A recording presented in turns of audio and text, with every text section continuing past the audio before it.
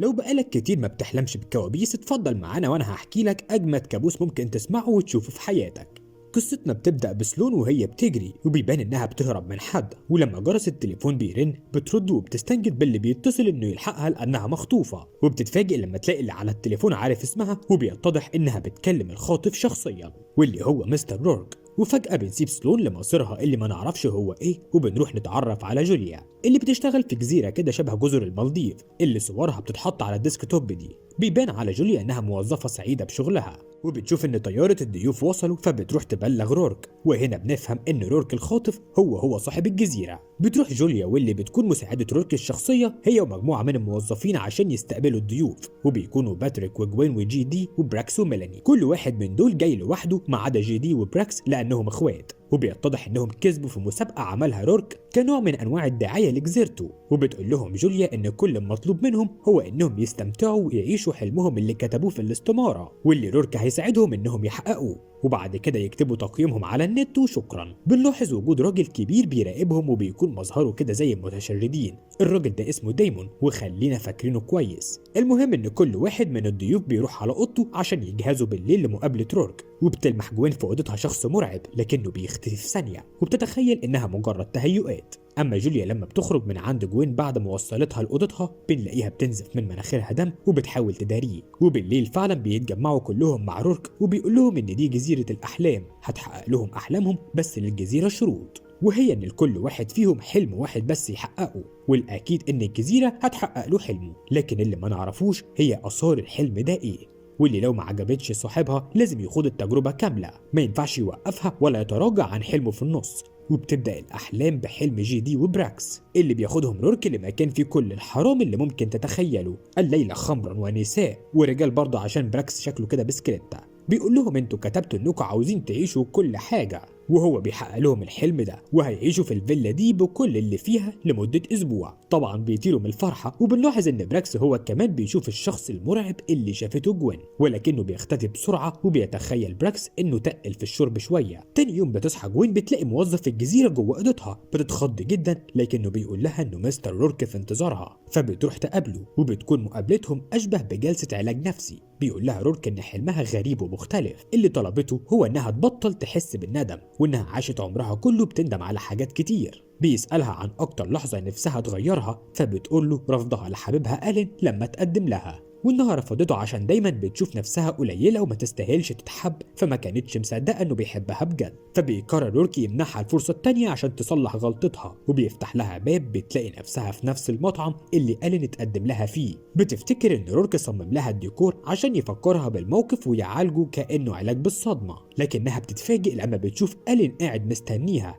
أول ما بتشوفه بتعتذر له إنه جه كل المسافة دي وإن المسابقة كلمته، وبتقول إنهم بقالهم أكتر من 5 سنين ما تقابلوش. فبيضحك قال إنه بيقول لها إنهم لسه كانوا مع بعض الصبح. بتفتكره في الأول بيمثل، بس بتلاقيه بيتكلم بجد، ومش بتكون فاهمة إزاي رورك قدر يعمل كده، لكنها بتستغل الفرصة وبتقبل تتجوزه لما بيعرض عليها الجواز. وفي الناحية التانية بتكون ميلاني وباتريك واقفين مع بعض بيحكوا وهم قاعدين مستنيين حلمهم يتحقق. وبتقول ميلاني لباتريك إن حلمها هو إنها تنتقم من سلون زميلتها في المدرسة اللي عيشتها حياة سودة طول سنين دراستها من كتر ما كانت بتتنمر عليها وجابت لها عقدة نفسية. أخدتوا بالكم من حاجة؟ ميلاني عاوزة تنتقم من سلون اللي ظهرت في بداية الفيلم وكانت بتستنجد بأي حد ينقذها وطلع رورك خاطفها. أما باتريك فقال لها إن حلم حياته كان يبقى ضابط جيش عشان يكون بطل زي أبوه اللي فدى الجنود وأخد القنبلة عشان يحميهم، لكن مامته رفضت وبقى مجرد ضابط شرطة. وهنا بيوصل لهم رورك وبيقول لميلاني إن حلمها بدأ،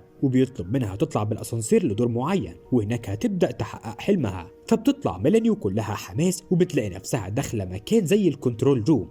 بتبدأ تصور فيديو عشان توثق اللحظة، وفجأة بتلاقي في أوضة إزاز سلون مربوطة ومتكتفة. بتتخيل في البداية إن دي تقنية هولوجرام وإنه أكيد دي مش سلون بجد، وفي خيالها إن رورك بيحقق لهم أحلامهم افتراضيا مش بجد. وبتلاقي أنوار قدامها بتنور، وكل ما تدوس على حاجة تكون أداة تعذيب لسلون، مرة تكهربها مرة تنزل عليها مية مش نظيفة، لحد ما بيظهر فيديو لسلون وهي بتخون جوزها. وبزرار التحكم اللي عند ميلاني بيتم نشر الفيديو على صفحتها وبيوصل لجوزها، وبتتفتح كاميرا بنشوف من خلالها جوز سلون وهو بيشوف خيانة مراته ليه. فبتبدأ ميلاني تحس إن في حاجة غلط، وإن دي تبقى سلون بجد مش مجرد هولوجرام. وبتلاقي راجل لابس لبس دكتور داخل ومعاه عدة العمليات عشان يقطع سلون. فهنا بتقرر ميلاني تنقذها، وبالتحكم اللي عندها بتكهرب الدكتور وبتدلق عليه ميه وبتكسر الازاز وبتنقذ سلون. ولما سلون بتسال ميلاني هي ازاي هنا، بتقول لها ميلاني انها زيها برضه مخطوفه، بس مش بتقول لها الحقيقه. اما جي دي وبراكس بيكونوا هايصين وبيكتشفوا مكان مليان سلاح جوه الفيلا، ولما بيقعدوا في قعده الخمر والنساء بيلاقوا ناس مسلحين بيقتحموا الفيلا،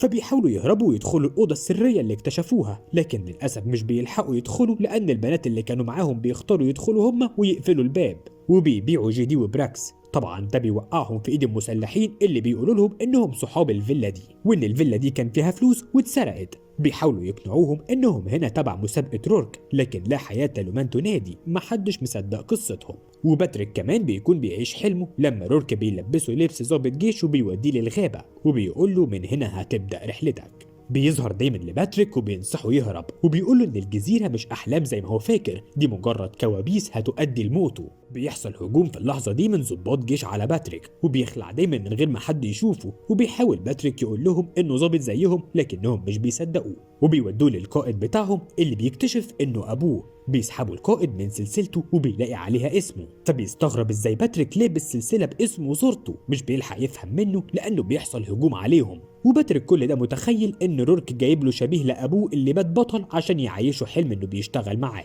بتصحى جوين من النوم بتلاقي نفسها متجوزه ومخلفه من آلين بقالها 5 سنين، ولما بتشوف بنتها بتحس انه مش هي دي الحياه اللي اختارت تعيشها، وحتى مش فاكره اهم لحظات في حياتها من حمل الولاده. فبتترجى رورك انها تعيد حلمها بصيغه تانية، فبيقول لها ان لكل حد حلم واحد. بتقول له هي حلمها كان تبطل ندم، واكتر حاجه ندمانه عليها هي انها ما ساعدتش جارها اللي مات محروق، وكانت هي سبب الحريق في البيت. بيوافق رورك وبيفتح لها الباب اللي بتدخل منه على عمارتها وهي بتتحرق، لكن في الوقت ده بتكون سلون وميلاني بيحاولوا يهربوا، وبيقابلوا دايما اللي بيفهمهم التيتا بتاعت الفيلم وان الجزيره دي ملعونه، وانه جه هنا لما سمع عنها، وبياخدهم لمجرى المياه اللي فيها السحر كله، واللي فيها صخره اللي بيبص لها بيشوف حلمه. وهناك بتشوف سلون نفسها وهي في حضن جوزها، وبيكون ده حلمها ان جوزها يسامحها وترجع له. وبتعرف سلون من كلام دايما ان ميلاني جت الجزيره مع الضيوف مش مخطوفه، ووقتها بتعترف لها ميلاني بالحقيقه، وبتقول لها انها كانت فاكراها هولوجرام وما كانش قصدها تورطها في كل ده. وبيظهر لهم الدكتور اللي عاوز يموت سلون تاني، وبيقرر دايما يفديهم، فبياخده بيزقه وبيترمي هو والدكتور المرعب من جبل عالي، وبيضحي دايما بنفسه عشان سلون وميلاني يعيشوا، بعد ما بيكون اداهم رقم شخص ممكن ينقذهم ويجي لهم بالطياره. بتفتكر ميلاني انه كان في تليفون ارضي في اوضه التحكم اللي دخلتها، وبيقرروا يرجعوا عشان يكلموا حد ينقذهم. المسلحين بيكونوا هيقتلوا جي دي وبراكس لو ما قالوا لهمش على مكان الفلوس، فبيقرر جي دي يخدعهم وبيقول لهم على مكان الفلوس انه في اوضه السلاح، فبياخدوا اخوه عشان يوريهم الفلوس، ولما بيروح معاهم بيدخل يقمر قنبله وبيهددهم بيها، فبيرموا سلاحهم وبيمشوا معاه عشان ينقذ اخوه.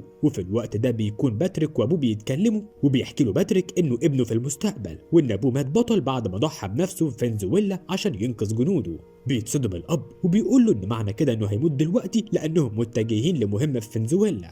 فبيقرر الاب يهرب ويسيب الجنود عشان يرجع لابنه باتريك الصغير، لكن باتريك بيمنعه وبيقول له انه كده هيبقى جبان، وهو عاش عمره كله فخور بان ابوه بطل وحلم حياته يكون بطل زيه. بتحصل مشاده ما بينهم، بس في الاخر بيوافق ابوه يروح المهمه، وبيوعده باتريك انه هيحميه وهيروح معاه. وفعلا بيروحوا، وبتطلع المهمه انهم يقتحموا الفيلا اللي فيها جي دي وبراكس عشان يحاربوا الاشرار اللي هناك. اما في حلم جوين بتحاول تنقذ نيك جارها من الحريقه، وبتقابل براكس على السلم، مش بتكون فاهمه ايه اللي جابه، لكنه بيكون بيهرب وبيجري هو واخوه، وبتنزل هي كمان عشان تقول للشرطه ينقذوا جارها نيك، وبتلاقي الضابط هو باتريك اللي مش بيتعرف عليها. وقتها جوين بتستغرب، لكن مفيش وقت للاستغراب، وبتقرر تطلع بنفسها تنقذه. بتعمل كل محاولاتها من غير فايده لحد ما بيغمى عليها من الدخان، وبتلاقي ان جوليا بتطلعها بره المكان ده عشان تخرجها من حلمها وتنقذها بدل ما تموت. وبيحصل ضرب نار بين الاشرار وجيش ابو باتريك، وفي المعركه دي بيتقتل جي دي.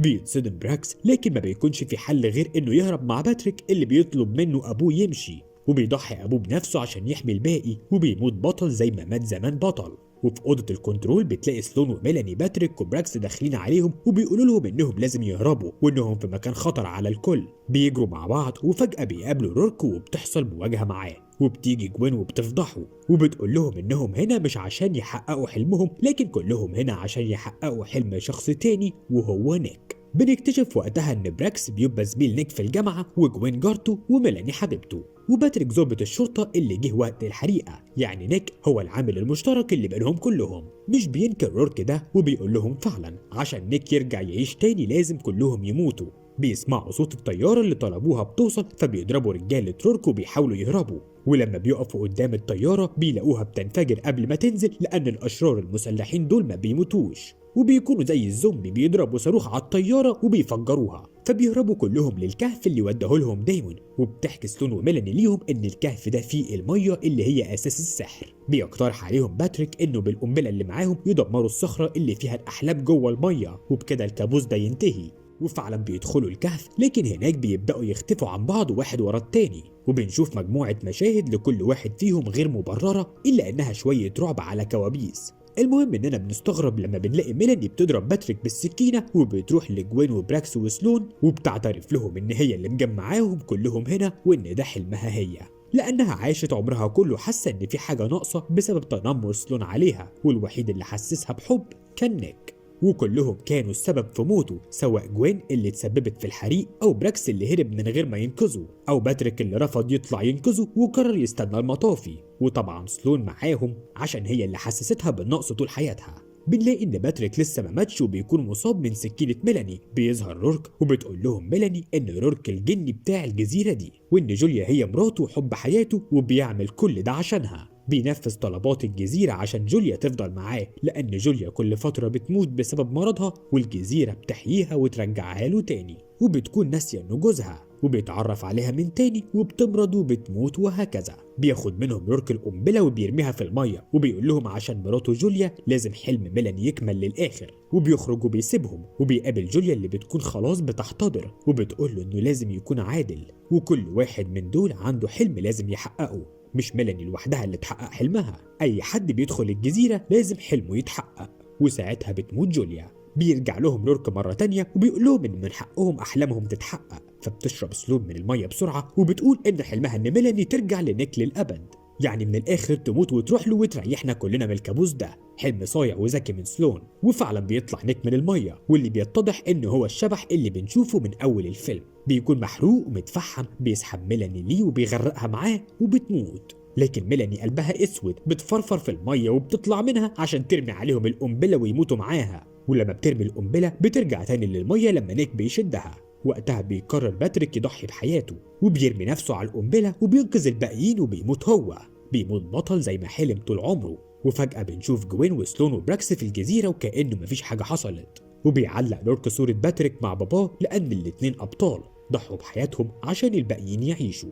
وبكده تكون انتهت رحلتهم، وبتجيلهم طيارة ترجعهم لبيوتهم من تاني. بيوصلهم رورك، بس قبل ما بيمشي براكس بيقول له رورك انت كنت جاي مع اخوك، جيت لحلم اخوك مش حلمك انت، عشان كده انت لسه قدامك فرصة تحلم حلمه ويتحقق. فبيقول له ان حلمه اخوه يرجع لبيته وحياته من تاني. فبيقول له رورك ده ممكن يحصل في حالة واحدة بس، لو فضل براكس في الجزيرة يخدمها معاه.